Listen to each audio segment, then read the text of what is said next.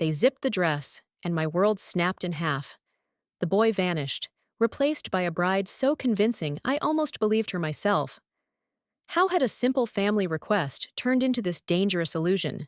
The bridal gown I had on put me in a sea of white satin, Irish lace, pearl buttons, and crinoline. The bodice was tight, accenting my newly enforced shape, creating breasts and a narrow waist. They turned me to face the mirror. Then, as I saw myself, I had to swallow, really hard. From head to toe, everything that defined me as a male was gone.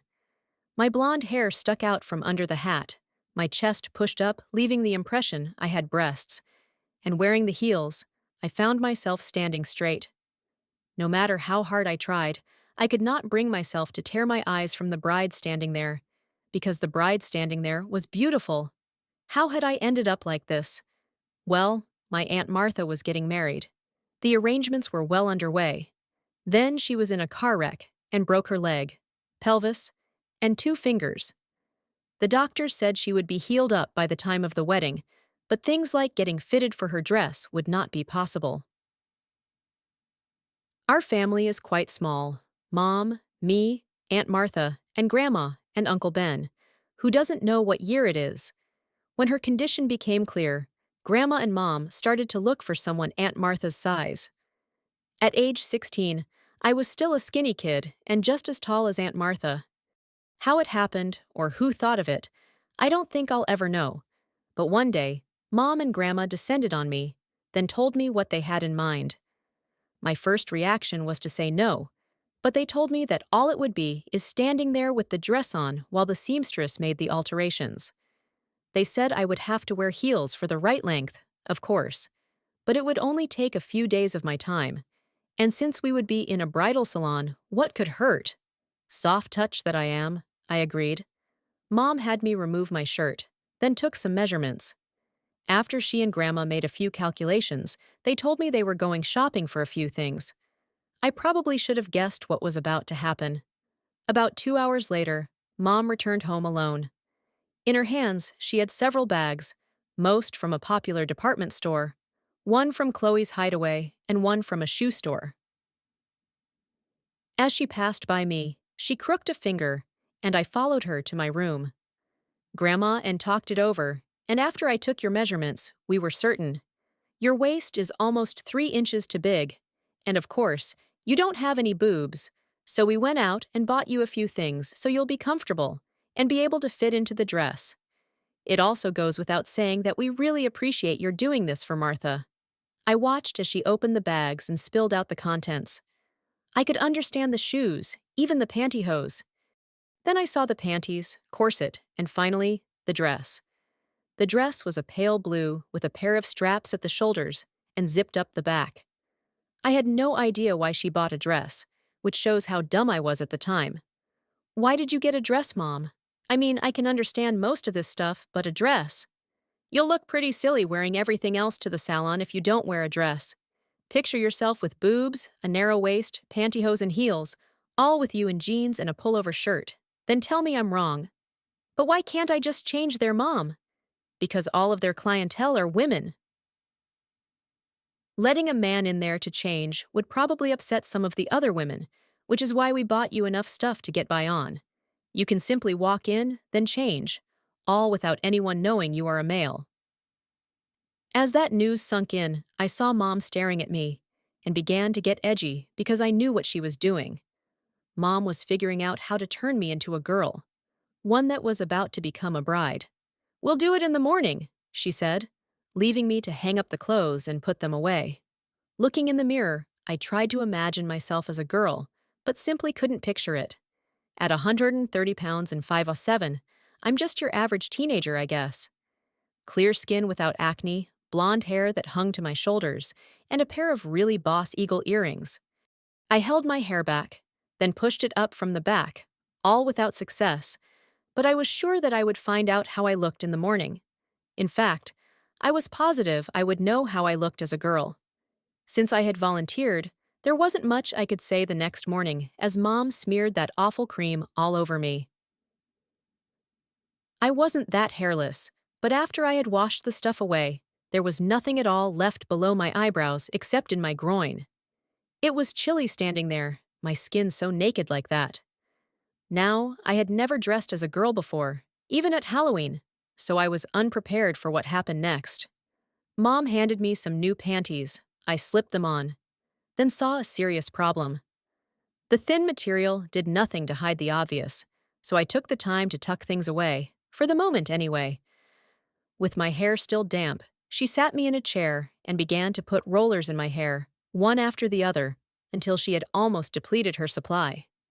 Then she sprayed my hair with something, put a plastic cap over it all, and took me to her bedroom. Watching her in the mirror, she applied the foundation, a powder, then a pale eyeshadow, black eyeliner, then a peach blusher. Mom did it quickly, yet when she was done, I could see that it was more than possible to turn me into a part-time girl. Back in my room, she showed me how to fasten up the waist nipper, then how to put on a bra. This one had a fastener in the front, and as I made it secure, I saw that the bra had pulled up almost all of the loose skin on my chest and heaved it into the cups of the bra. I now had small but firm breasts. Mom used what she called an enhancer, slipping one into each bra cup, filling out each cup, making it look as if I had my own breasts. Then she pushed some oval pads made of foam into my panties, making my hips rounder and wider. The panty brief smoothed everything out, and as I looked in the mirror, I saw a girl standing there. The pantyhose were slick, making my legs shapely and smooth, and gave me a shiver as I pulled them on. The slip was white. I stepped into it and pulled it to my waist as Mom took the dress off the hanger and handed it to me. I put it on, and she zipped it up for me. Looking in the mirror, I saw that more and more of the real me was disappearing, and this girl was emerging. Scarier, she didn't look too bad. The shoes were white heels that Mom said I would have no trouble walking in. As Mom removed the rollers and brushed out my hair, she let it fall around my face in waves of curls, teasing it higher in places, then added a barrette on each side of my head. The lipstick she handed me was a soft red, which I used to color my lips, earrings and a watch, a necklace and a dash of perfume. Then she said I could look in the mirror. The minute I saw this new girl, I was in love. Pretty, the girl had long, sexy legs with breasts that weren't too big, nor were they too small. The scent of the perfume filled my nose, and I stood there wondering how Mom knew. I saw her taking the wallet out of my pants and put it in a purse, along with the lipstick, some tissue, and a small brush. "What shall we call you now?" "Huh?" was the best answer I could give her, as my eyes were still locked on the vision in the mirror. "You need a girl's name, silly. Daniel just won't do when we're in the salon." The very first thing that popped into my mind was Diana, and that's what I said. Mom loved it, and from that moment on, she always used the name when she spoke to me. I wasn't worried about being seen this way. After all, I had a very good excuse, and it wasn't as if I liked it. Well, I didn't hate it anyway. I did like the way I looked. A little, maybe. In the kitchen, I made some coffee, while Mom set out some toast and melon slices. After we ate, Mom suggested that we go see Grandma so she could meet Diana. That was when I got slightly nervous, but dutifully followed Mom out to the car. No rushing, but not lingering either. What if the neighbors saw me like this? Mom laughed at my concern and simply backed out of the driveway, waving it out, "Neighbor," as we pulled away. From the moment Grandma saw me, she couldn't stop smiling, which was very disconcerting. From there, we went to the bridal salon. There were a few women there, not many, but some, and my innate sense of myself told me to be wary, yet nobody gave me so much as a second glance. Mom talked to someone, and within a few minutes, I was in the back with some stranger telling me to undress. Grandma unzipped the dress, and while the dress was still loose on my shoulders, I glanced at Mom, then the woman. "It's okay, Diana," I told her. "Now slip the dress off so we can get started." They all stood there waiting for me, so I shrugged my shoulders and let the dress slip off. Now I really felt naked. Without so much as an explanation, the woman handed me a huge petticoat, which I gladly stepped into. At least half of me was covered up. The wedding dress seemed to be extremely large, but with Mom, Grandma, and the woman helping, they slipped it over my head, then zipped it up. I was facing the mirror at the time, and while I'm no expert on dresses, especially wedding dresses, even I could see that this one was spectacular. A satin bodice, cut low with Irish lace netting from the bust line to the neck, matching the sleeves. It had pearls sewn on the netting, small with an iridescent shine to them. Unable to resist, I smiled at my reflection. Martha would look just fantastic in this dress. I had to change into 3-inch heels, then the woman began to hem the dress while she turned the rotating table I was standing on. I was allowed to sit on a stool after each half hour, as it took the woman 2 hours to make marks, add pins, and tighten things up. By the time they took the dress off me, I was tired from standing that long in the unfamiliar heels. As I slipped my own dress back on, the woman told Mom that I should consider wearing a corselet, since that is what Martha had picked out to wear under the dress. I had no idea what a corselet was, until the woman left for a moment, returning with one in her hand, which is when I saw it, and understood immediately what it was for. Mom took it, telling the woman that I would have it on for the next fitting, which turned out to be 3 days away, according to the schedule I saw on the wall. On the way out of the store, Grandma mentioned that it was lunchtime, and without asking me, I soon found myself sitting at a table in a restaurant filled with people. I was thinking that Martha might like to meet Diana.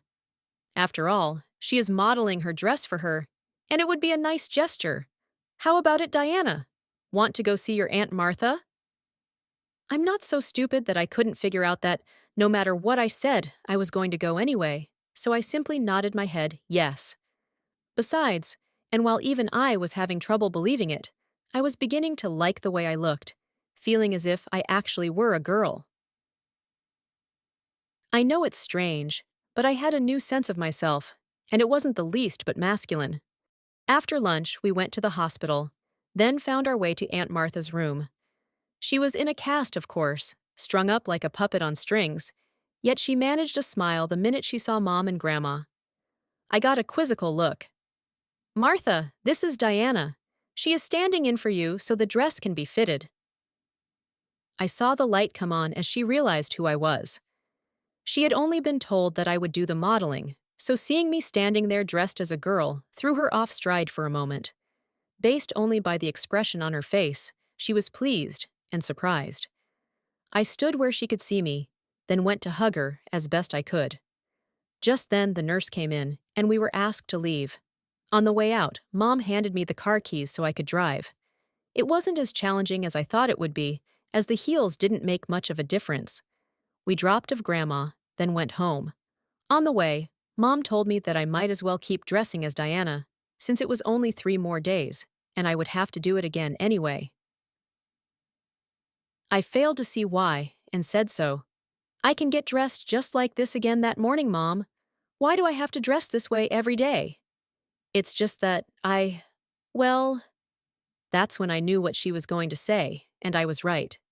You know, I always wanted a daughter, and now I have both a son and a daughter, all in the same person. Do it for me. Please? Not wanting to sound anxious, I demurred a bit before I grudgingly agreed. At least I hoped it sounded that way. Never having dressed this way before, I was surprised to find that I liked it, and wasn't against exploring this option a bit further. As soon as I said okay, Mom started smiling, and on the way home, we stopped at the supermart. She bought 2 more skirts, a shell, and another dress, which seemed to be overkill as far as I was concerned. But she didn't ask me, she just did it. When we got home, she handed me the new clothes and told me to hang them up. But once I was in my room, I decided to try them on. The gray skirt was a mini, which exposed my legs to a point just north of mid-thigh. I slipped on the pink shell top and went to find Mom. She took one look and smiled, but didn't say anything. As I walked around, I was very aware that if I did not bend down like a girl does, my assets would be on full display. But the first time I reached for a soda, sure enough, I bent at the waist.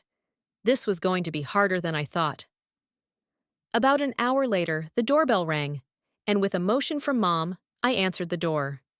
It was the lady next door, Janet. "I thought I saw a young girl in the car this morning." "Hi, I'm Janet. I live next door, and I was wondering if you would like to babysit tonight." I'm not sure I can." Just then, Mom walked out of the kitchen and said, "Of course Diana can babysit for you, Janet. What time?" "That's great. Can you be there at 6?" Yes, I guess so." "Great. I'll see you then, Diana." All at once it was getting a bit surreal. One day dressed as a girl, and I had tried on a bridal gown, bought more skirts, and now I'm about to babysit for the kids next door. Mom told me not to worry about it. The kids are only 3 and 5, and after they are in bed, I'll have the evening to myself. Considering the age of the kids, I decided that a miniskirt wasn't practical, so I went to my room and slipped on a pair of my jeans and changed into my gym shoes. Later, I ate a quick dinner, then went next door for my very first babysitting job. It turned out to be quite easy, as the kids were almost wore out by the time I got there. A little food, a quick stint in the rocking chair, and poof! They were asleep. I made $20 for it too. The next day, at Mom's urging, I tried my hand at makeup. Not as good as when Mom did it. She said it was fine, and I set my hair in a ponytail. Mom seemed to be content to just have me there dressed as a girl, and not once did she ever suggest that I go anywhere or see anyone. But the house isn't all that big, so I went out in the yard, saw the kids next door out, and went over. The little one, Jessica, hung on my leg like a leech, and I finally picked her up, drawing a toothy grin and a hug from her. Janet saw me and asked me to come along when she went shopping. I could tend to the kids while she did the shopping. Bored to death, I agreed. I told Mom, who simply waved her hand at me. I had Jessica by the hand, while her brother, Kyle, decided to stay with his mother. Jessica and I did a slow stroll through the store until she could not go any further, which is when I picked her up. Jessica fell asleep on my shoulder, and I was waiting by the exit when in walked my math teacher, Mrs. Green. Everyone in school calls her Mrs. G. So far, nobody had recognized me, and I had grown secure in the fact that I was doing okay. But not Mrs. G. She took one look and knew who I was. She saw Jessica, my makeup, boobs, hair, and the miniskirt in a glance, and I saw her smile at me just as she walked over. "I know most of the girls around here, but you're new, aren't you?" At a loss for words but stuck, I muttered the name. "Diana," I said quietly. "You're very pretty, Diana. I hope I see you again. Have a nice day now." As Mrs. G walked away, I wondered what she would do, now that she had seen me dressed as a girl and holding a baby to boot. I was lost in thought when some old woman stopped in front of me and began to berate me for having a baby at such a young age. It was getting really crazy. I had no idea so many busybodies there were at a grocery store. When I got back home, I told Mom about seeing Mrs. G and about the crazy woman. "You just ignore the people that have no idea what's going on, Diana. As for Mrs. Green, I'm sure she won't mention it, but I'll call her and explain why you're doing this.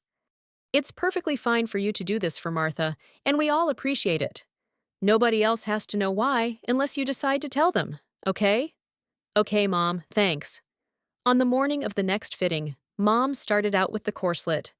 Up to that point, all I could see was that it had a built-in bra. That image was shattered as soon as the hooks were secure and Mom began to tighten the laces.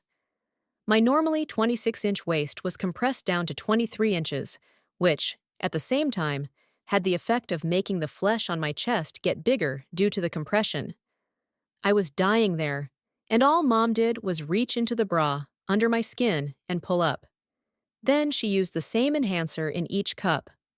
All at once, my modest bustline were the flowers, which looked like they were outgrowing the pots, so to speak.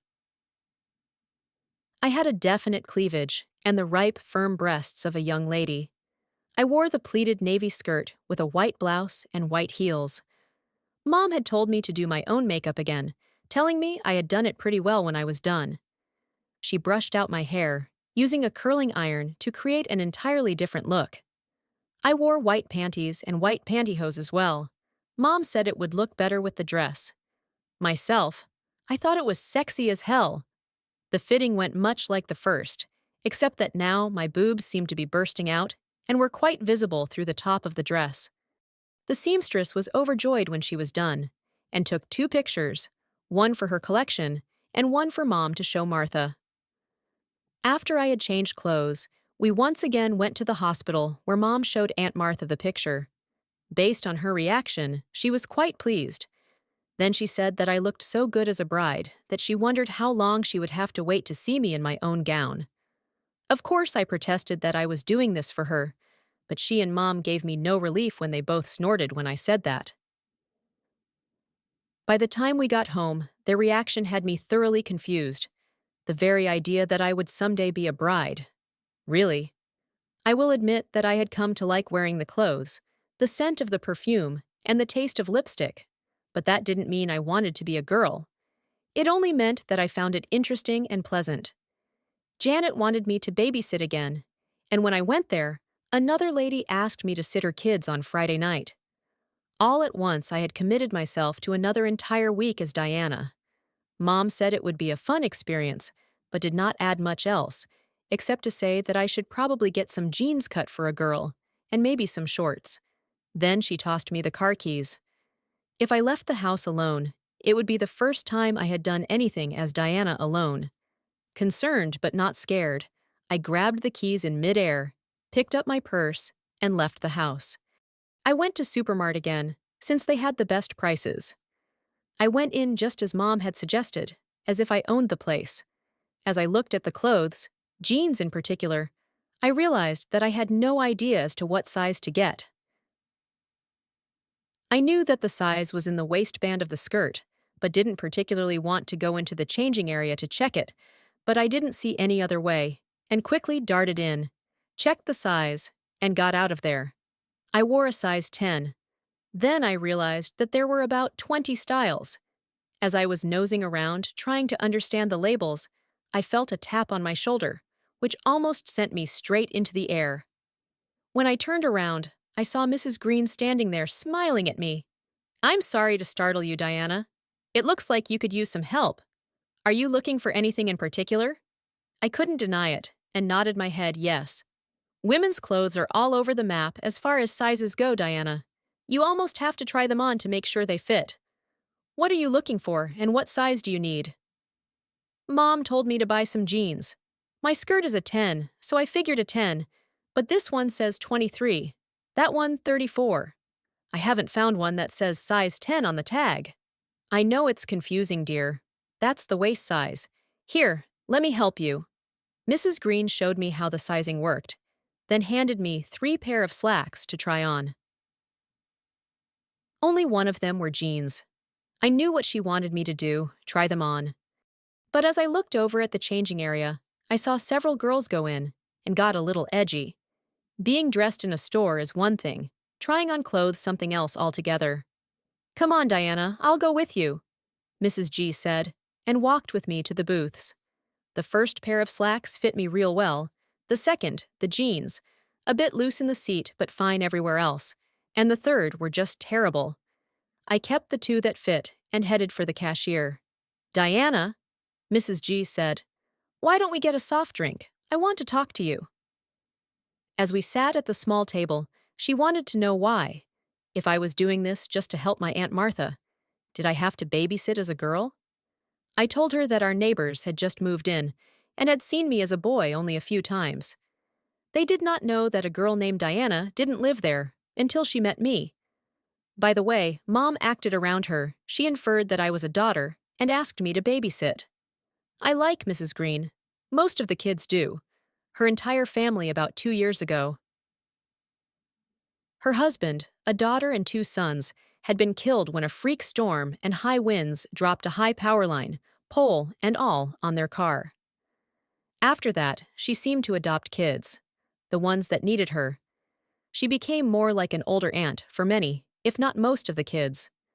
We all knew that we could say anything to her, and it never got repeated. Mrs. G is older than my mom, maybe 50, I guess. She has a few gray hairs, but she could look 15 years younger if she wanted to. The truth of it is that you like dressing as a girl, isn't it? And tell me the truth, Diana. I never did this before they asked me to try on that wedding dress. It just happened. It's like I have no control over it, Mrs. G. But you like it, don't you? We locked stares as I tried to form the word no, but all that happened was that I nodded my head, yes. I was ashamed to admit it, but she didn't blink an eye. Thank you for trusting me, Diana. Now tell me what you had planned for the summer. I didn't have any plans. All I knew was that I had 2 more babysitting jobs. After that, I planned on becoming myself again. Maybe work at a burger place. I saw her giggle when I said that, and sat back wondering why. When she told me, I realized she was right. You can do that, of course, but as you said, the neighbor thinks a girl named Diana, the one that has watched her kids twice, lives next door. What will happen when she wants you to watch the kids again?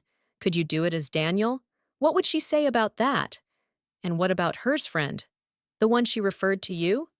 As Mrs. G looked at me, I saw her smile. You're not the only boy that likes to dress as a girl, but you're the best-looking Diana. Given that you have the entire summer off, and we both know that you like to dress this way, why don't you work with me? I have an opening for an assistant. It's yours if you want it, but it only pays minimum wage, I'm afraid. I had an instant vision of our neighbor running and screaming full tilt, telling everyone the truth if she found out about me. It was an ugly vision. I told Mrs. G that I would have to ask Mom, which is when she told me that I would be grading papers, helping her create tests, and so on. She squeezed my hand as I got up. I paid for the slacks and went straight home. When I told Mom what had happened, her eyes opened wide, and I knew that she had not given one thought to the fact that our neighbors only know me as Diana. For Mom, it had been a lark when she first saw me dressed as a girl. She had gotten caught up with my trying on the wedding dress and had simply denied to herself the fact that I was a boy. I had always known that Mom had wanted a boy and a girl, but during my birth, something was damaged, and she could not have any more children. For 16 years, she had only a son, me. But the minute she saw me dressed as a girl, her long-held desire to have a daughter rose up and bit her on the brain. She does have a boy and a girl now, but unfortunately, they are both me. Mom sat on the couch as what I told her sunk in. Then, all at once, I saw that shifty little smile she has grace her face, and I knew exactly what she was going to say. I was right. Since you have the whole summer off, is there any reason you can't keep dressing as Diana? The guys? If they see me like this... What guys? You're the only teenager on this street, and if you're working with Mrs. Green, you won't have the chance to get into any trouble. Will you? Mom kept her eyes on me as she added the final dart into my denial. Besides, we both know that you like dressing this way, so why not try it, for the summer anyway? I didn't answer her, but went to my room and put on the jeans.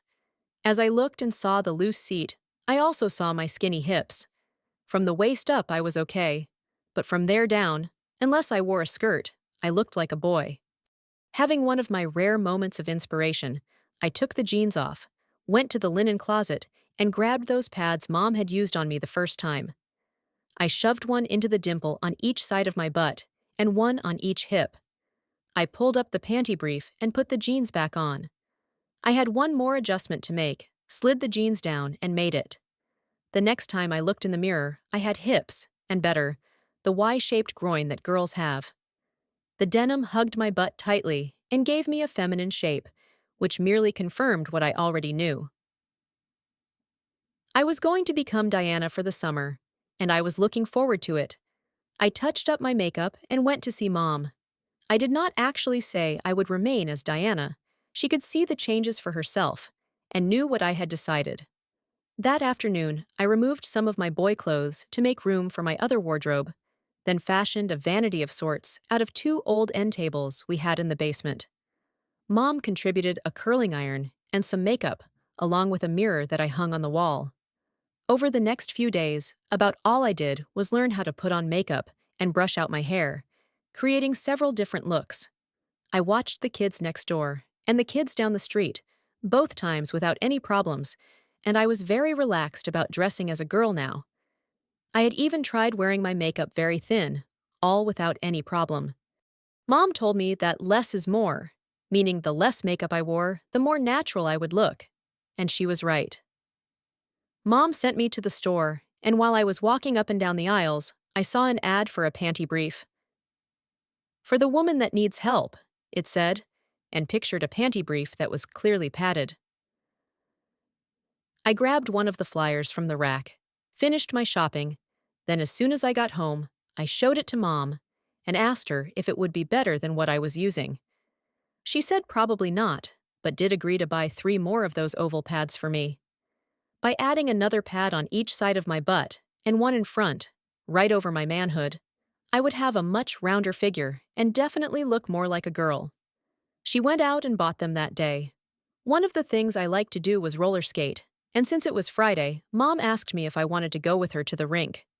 I knew that, when Mom was younger, she had won several medals roller skating.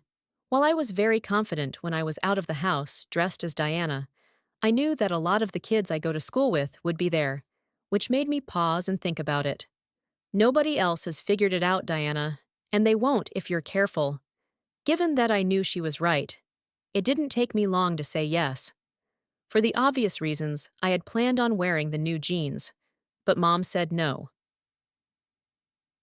You skate too well for jeans, honey. A girl that skates as well as you do would wear a skating skirt. I think I might have one that will fit you. Let me check. Not only did she find a skirt that fit me, she also found the matching panties, the tights, and the boot covers. I tried on the skirt, found that it fit really well, then got undressed so I could take a shower and redo everything. This would be a huge step for me, and the very last thing I wanted was to be found out by someone I went to school with, boy or girl. After all the time that had passed, my skin was almost perfectly smooth. I used a razor to touch up a few places, then shaved even though it didn't feel like I needed it. I sat naked, on the towel at my ersatz vanity, and did my makeup, keeping it thin. Yet I used the foundation and powder, some pale green eyeshadow with gray highlights, black eyeliner, and mascara, peach blusher with a dusting of rose over that. Then I set my hair in 3 rollers before I got dressed. Knowing that everyone would be able to see my groin every time the skirt flipped up, I was extra careful to hide things, then put my panties on. I put the pads under my panties, adding the new ones, then pulled on the panty brief. Then came the tights. Thicker than pantyhose, they still made my legs shapely. Over all of that, I pulled on the white lycra skating panties. I did not wear the waist nipper, but I wore one of the new bras Mom had bought me. With the enhancers, I had a nice bust line, and under the pullover top, nobody would see anything anyway. The white top was stretchy, so when I tucked it into the skirt, my breasts were outlined just right. All white, like a virgin, I thought. The boot covers went into my purse after I slipped on my white flats. Brushing out my hair, I let it fall into place.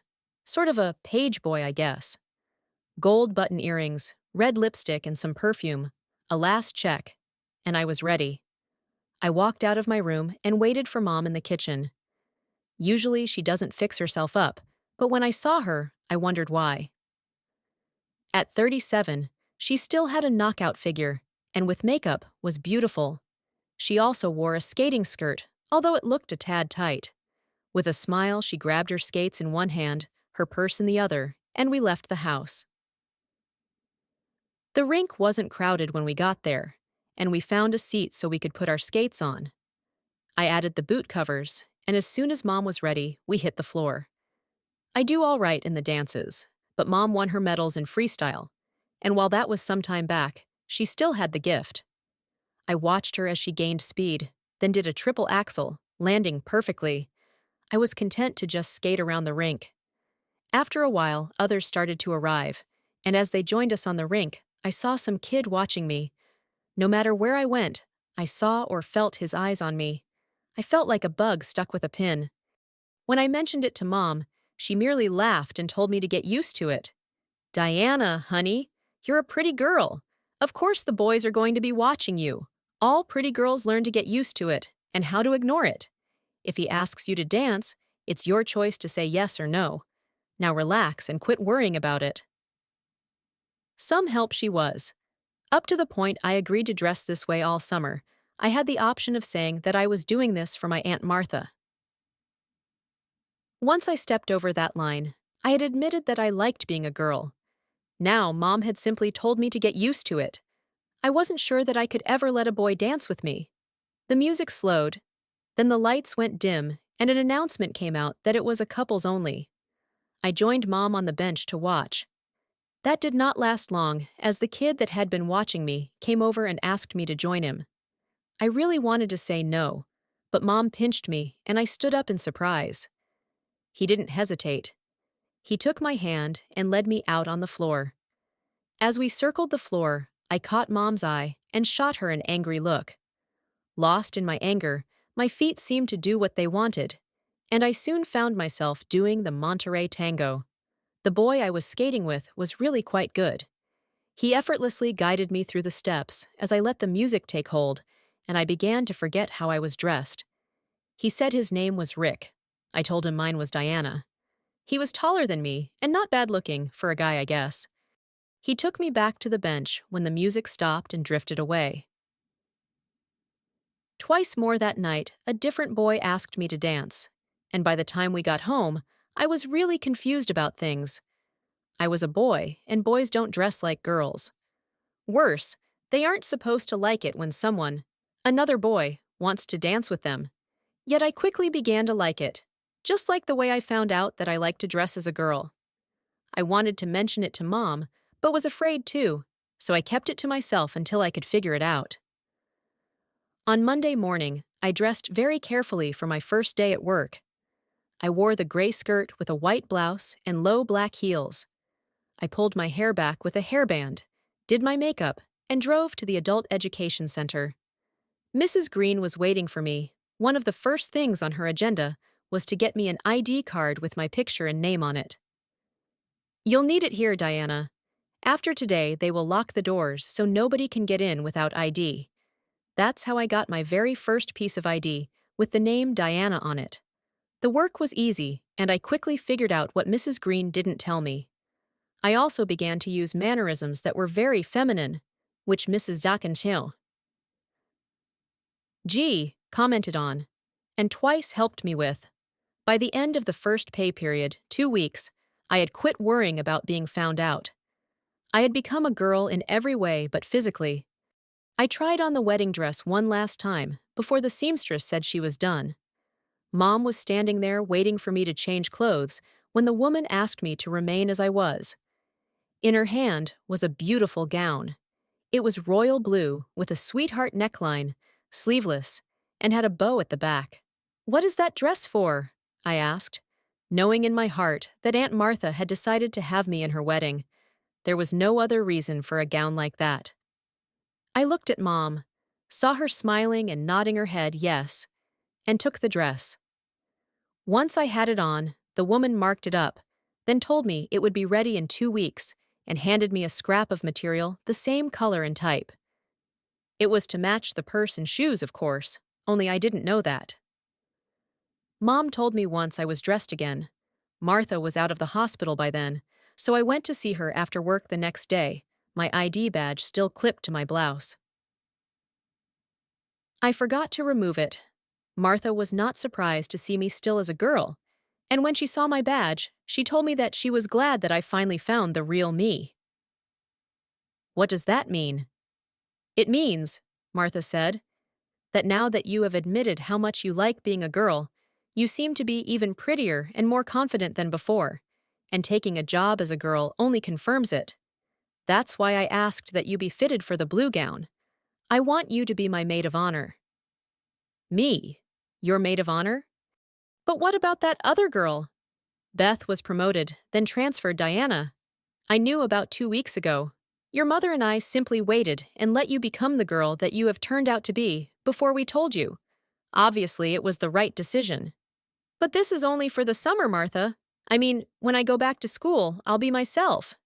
"Right. In the meantime, why not do this for me? My Aunt Martha is more like a close cousin. At age 24, There isn't that much age difference between us, which is why I rarely use the term aunt with her. Both of us knew that I did not want to give up being a girl, now or in the future, yet my manly pride refused to let me say that. As a girl, I'm all foam and latex, spandex and perfume, hidden under a mask of makeup and newfound femininity. Yet no matter how much I might want things to be different, I would always be a boy in a dress. Martha never let her eyes drift away, holding my gaze, and I was locked into an unexpected turmoil.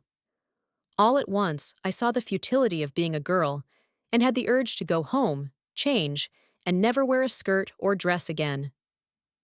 Martha took my hand in hers, then smiled. "There is no reason you have to give up being a girl, Diana, none at all. It's been almost a month since you started this, and just look at you. I can think of many girls that would kill to look as good as you do, and you want to quit? But the other kids, they will what? Know that you're a boy? How? Are you going to tell them? Well, no, but you'll have to stop saying that, Diana. If Mrs. Green hired you, then managed to get it past the school board, doesn't it stand to reason that she could make sure that you could attend school as a girl? Yes, but Diana, honey, answer this simple question for me, and tell me the truth, not what you think I want to hear. Do you want to continue to live and work as a girl? Yes or no?" As the simple question permeated through my brain, I knew what I wanted to say, but if I did, then I would forever have to live with the answer. My tongue flicked out and drew in the taste of the strawberry lipstick. The scent of my perfume found my nose, and my hands went to my waist. The soft touch of the skirt pushing against my pantyhose all combined into one answer. "Yes," I said, even as I felt a tear on my cheek. I wasn't sure if it was sadness or glee that caused it. Martha took my hands and drew me to her. As her arms went around me, I felt a sense of relief. I had crossed another bridge. I had now said out loud that I wanted to not only be a girl for the summer, but from now on. Martha asked me to be her maid of honor once again, and this time I said yes. Then Martha told me she had lots of clothes that did not fit her anymore, and I could have them if they fit me. With a new vigor, she and I went to her spare room where we sorted through a lot of things, most of which I tried on. I had 3 full baskets of clothes when I went home. By the time I got home, I had convinced myself that Mrs. Green could make it possible for me to go to school as Diana, and planned on asking her on Monday. Mom helped me put away the clothes, and as we were doing that, I casually told her that I was going to continue as her daughter. Forever, maybe. You can imagine my surprise when all she said was, "I already knew that, dear. Why is it mothers always know before we do?" That weekend, I went roller skating by myself, now filled with a greater confidence, and knowing that I would never be a boy again. I met and danced with 2 new boys, but Rick was there, and he dominated my time. I was willing to let him, and became the girl I knew he wanted me to be. When he walked me to my car, he caught me by surprise when his lips touched mine, yet I did not pull away. It was very thrilling to have him kiss me, as it confirmed just how feminine I had become. On Monday morning, I wore a suit that Martha had given me, all pink. I wore it with a gray blouse and black shoes. I took extra time to look as good as I could when I asked Mrs. G to help me. I found Mrs. Green in her office and went in, closing the door behind myself. The only time either of us shut the door was when we were discussing something private, so she knew something was up, and I think she knew what. Without any preamble, I began by just saying what I wanted. "Mrs. Green, I want to attend school in the fall as a girl, and I want to know if you can help me." Her smile put me off for a minute. Then she sat back and began to giggle. "Is it that funny?" "No, dear. I thought you knew. When you hired in as my assistant, approved by the board, by the way, I told them that you would be my new student advisor in the fall. Then I called Marion, who is a close friend, and asked her to change your records. As far as anyone knows, you have always been a girl. Goodness, Diana, I thought you knew that. I was shocked that she had done that without telling me, but grateful. I hugged her, then went back to work. In 2 months, I had gone from your average teenage boy to teenage girl, all without any real struggle on my part. First my grandmother and mother, then Martha, now Mrs. Green. As her student advisor, I would be exempt from gym, home ec, and other classes that I would have to take otherwise. Gym would be the worst thing I could imagine. Another week went by.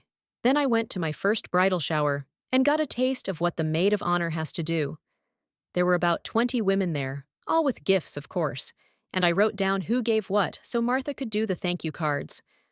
Not one person there even gave me a second look, even though I felt really out of place. But it was a fun party, and all of the women seemed to accept me as the replacement maid of honor, especially when one of the girls told me that the best man was 17. After everyone had left, I asked Martha why she didn't tell me about the best man. Her answer was that it would not have made any difference, and since I would only be with him a few times, it wasn't as if they were setting me up. Then she added, "Although he is really cute. And a real stud," added Mom. "Gee, with help like this, I don't think I'll need to work at it." At home, at dinner time, Mom gave me a pill for me to take, then told me to take one a day with a meal, and I said I would. Purple. I didn't give it another thought and popped it in. The rehearsal was held on Saturday at 4, and I wore a skirt and blouse with white heels. As Mom and I walked into the church, I saw Martha with her guy. They were talking to someone who had his back to me. Mom and I went up to them, and the guy turned around. It was Rick! We both smiled when we realized who we would be with at the wedding. I caught a glimpse of Mom and Martha trading looks and a quick smile. What did they know? At the rehearsal dinner, Rick and I sat together, and without the noise of the roller rink, he was very funny, attentive, and like Mom said, a stud. I had thought so when he kissed me, but was afraid to even think like that. Now that I had made my commitment, I didn't let such thoughts bother me. I held his hand under the table while smiling all during dinner. I didn't think anyone knew. At home, Mom asked me what I thought of Rick, and when I didn't answer, she asked me why I let him hold my hand all night long if I didn't like him. All I did was grin and go to bed. My gown was fitted one last time, and I took it home, along with a matching corselet and panties. Mom and I had the shoes and purse already, so I was ready, or so I thought. The wedding was scheduled for 5 in the afternoon, and I was sure that I had plenty of time to get ready, but Mom threw a wrench into that when she told me that I had an appointment with all of the other girls at the salon. According to her, we would all get our hair styled, nails and makeup done, all by noon. It would be my first foray into a salon, but I was looking forward to having my hair styled by a pro, and longer, harder nails would be a plus since my own nails are so brittle. It took about 2 hours, and I was delighted with the results. Mom and Grandma were also smiling, but didn't say a word. Once I had taken my bath and had the panties on, I struggled with the new corselet, the new nails making it so different to fasten the hooks up the front. Mom came in, and once again, I was compressed into the garment. Both of us were panting when she was done, but I certainly had a very feminine shape. Rolling the stockings up my legs, I attached them to the garter tabs and adjusted the tension, then made sure that my growing bust line was on the best display I could manage. Since I had the sensation of tingling in my breasts first started, I had grown to almost a full A cup, which pleased me to no end, but I had no idea why I was developing now. Maybe it was because my mind had told me I was a girl now. Stepping into the shoes, I reached for the dress and slipped it over my head very carefully, then zipped it up. Perfect. Adding bright red lipstick, perfume, and the rhinestone necklace and earring set, I knew, or rather felt, right down to my core that I never looked better. Smiling, I grabbed my purse and walked out of my room. Mom looked simply wonderful in her gown, a sea of shimmering rose-colored chiffon and satin. With a smile, we left the house for the church. Rick was already there and almost ran to the car when he saw me. With a bright smile, I let him take my hand and walk me inside. Later, as I walked down the aisle on his arm, I remembered the words Martha said to me when she told me she could hardly wait to see me in my own gown, meaning a bridal gown. At the time, I dismissed it, but now, holding Rick's arm, walking down the aisle with him, I began to wonder myself. The wedding went off without a hitch, and Martha looked spectacular in her wedding dress. At the party, Rick was at my side the whole time, and I caught him looking down my dress twice before I made it easier for him to see my charms more often. As things started to grow quiet, he and I stole away and found a quiet spot on the patio. When he took me in his arms and kissed me, I did not struggle with him or myself. I let him manhandle me as he wished, absorbing every nuance, everything he whispered in my ear, and kissed him back. It was the next day before I calmed down enough to think in an almost rational frame of mind. I stood naked in front of my mirror and looked at myself.